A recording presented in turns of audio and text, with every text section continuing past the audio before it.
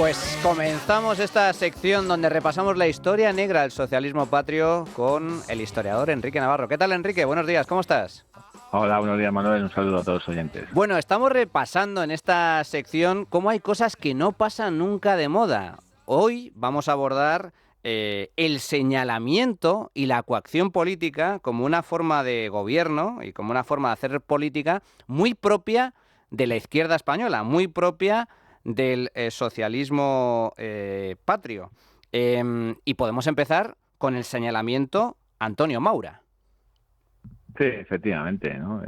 Bueno, la verdad es que no se puede dudar de que la aparición del PSOE allá por el último cuarto del siglo XIX, digamos que asumió como teorías, como propias las teorías del marxismo revolucionario, ¿no? Y sobre todo se encomendó a la obra de hacer un relato de la historia de España que abandonó a desprestigiarla, completamente distinto del que había tenido lugar en los siglos precedentes. No reconocía una España bajo el influjo de la monarquía, fuera esta bien de los Austrias o de los Borbones, y su propósito de principal era desmontar el mito del glorioso imperialismo español, ¿no? Que por otro, y cambiarlo por otro más ligado a lo que era la leyenda negra, ¿no? Que desde luego el PSOE suscribió y la asumió al pie de la letra, ¿no? Y siendo una fuerza muy minoritaria en los primeros momentos, escaso de fuerza política y social, encontraría en la propaganda, digamos que revolucionaria, pues la mejor arma para hacerse notar e influenciar en las masas obreras, que yo creo que en aquellos tiempos de final del siglo XIX estaban desde luego más vinculadas al anarquismo incluso el republicanismo radical, ¿no? Que estaba representado por Lerroux, ¿no? Como figura más reconocible.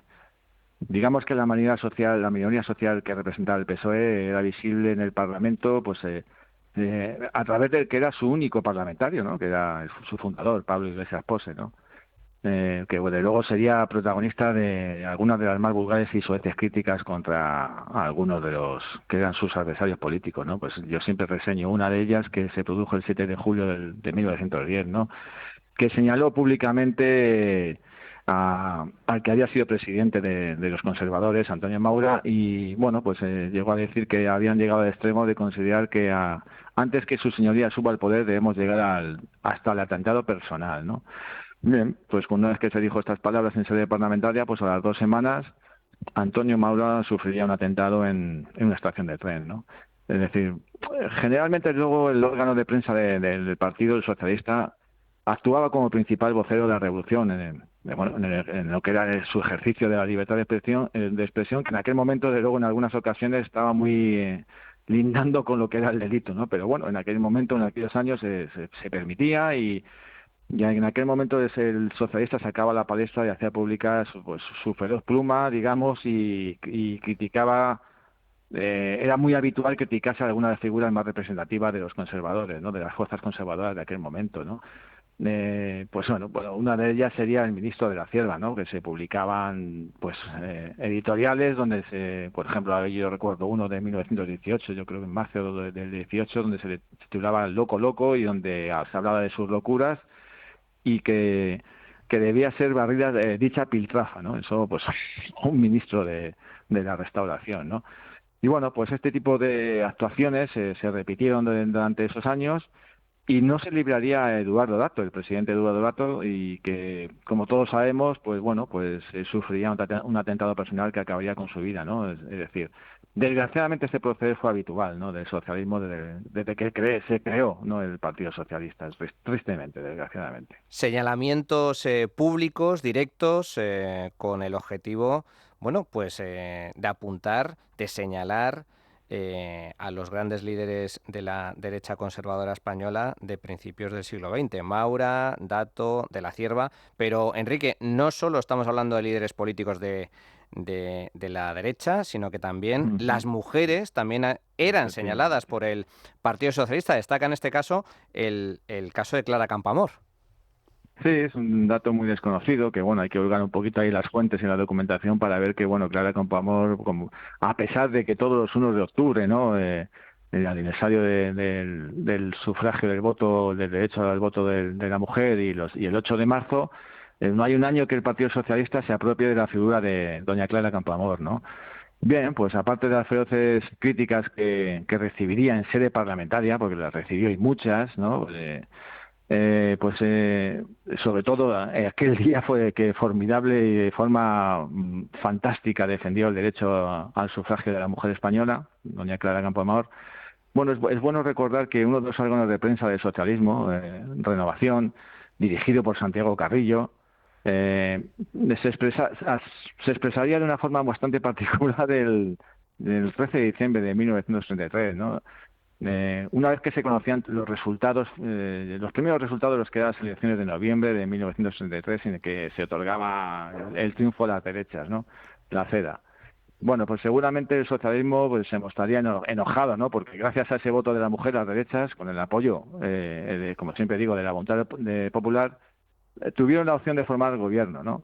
Y así lo expresaría, de hecho, Indalecio Prieto, ¿no? Más tarde. Bueno, pues en ese editorial lo que se dice es que, básicamente, entre otras cosas, que sobre Clara Campoamor, ese marimacho que caciquea por la provincia de Madrid, hay que dar su merecido a ese cacique de faldas y bigote que atiende por Clara Campoamor.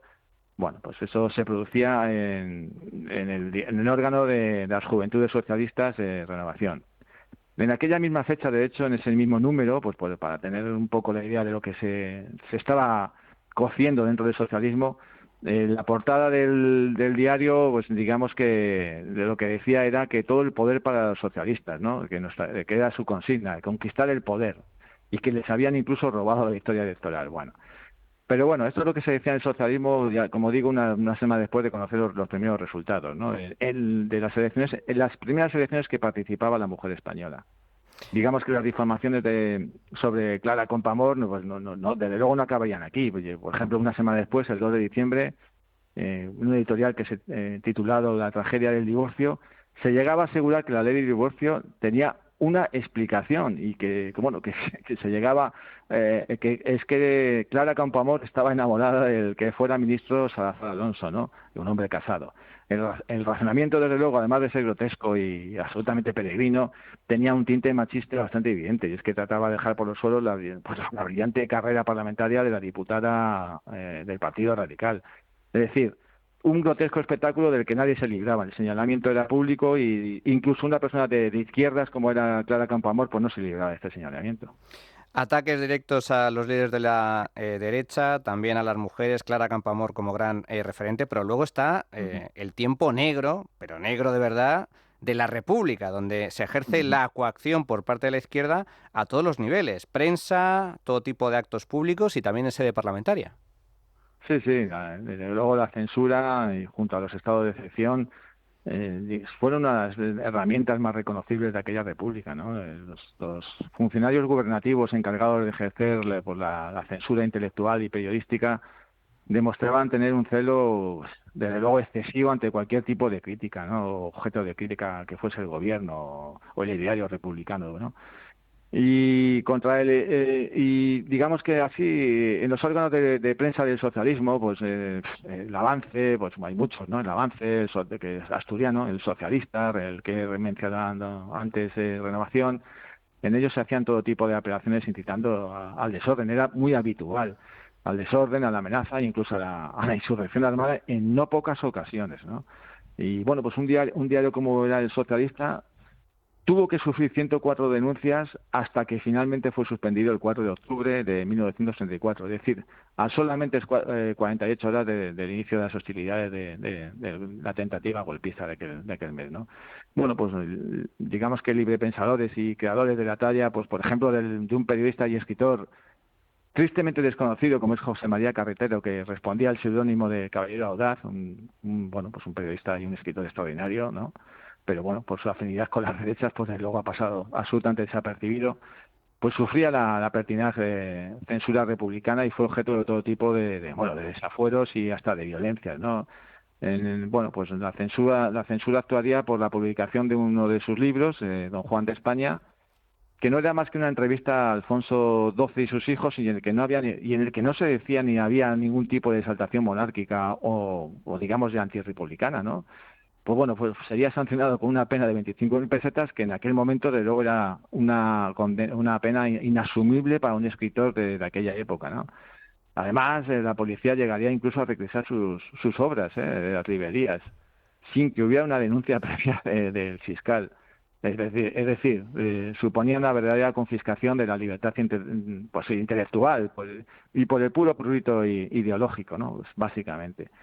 Y no sería el único, ¿no? La intelectualidad española sufriría más casos y yo creo que el más palmario, el más conocido, yo creo que por todos que nos ha llegado a esta época, es el que sufriría el dramaturgo Pedro Muñoz Seca, ¿no?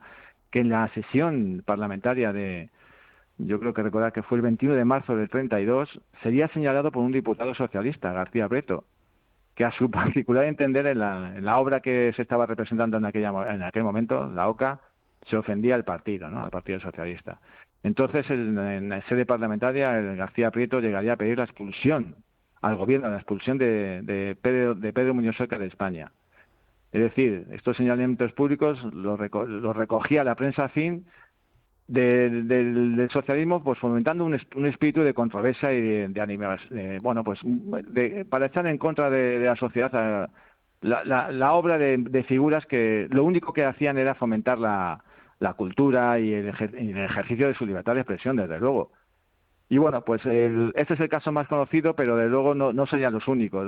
Más tarde le tocaría el turno a Calvo Sotelo, que sí que sufriría la constante persecución en sede parlamentaria a todos los niveles y con el trágico final que todos conocemos, ¿no?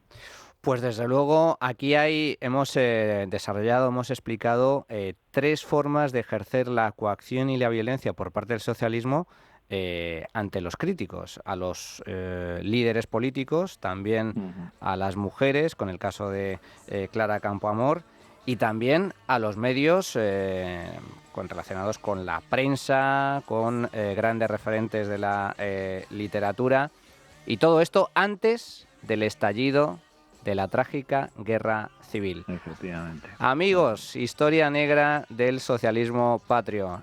Muchas gracias, Enrique. Continuaremos escudriñando este negro capítulo del socialismo español. Hasta la próxima. Muchas gracias, Manuel. Hasta la próxima. La trinchera de llamas. Es Radio.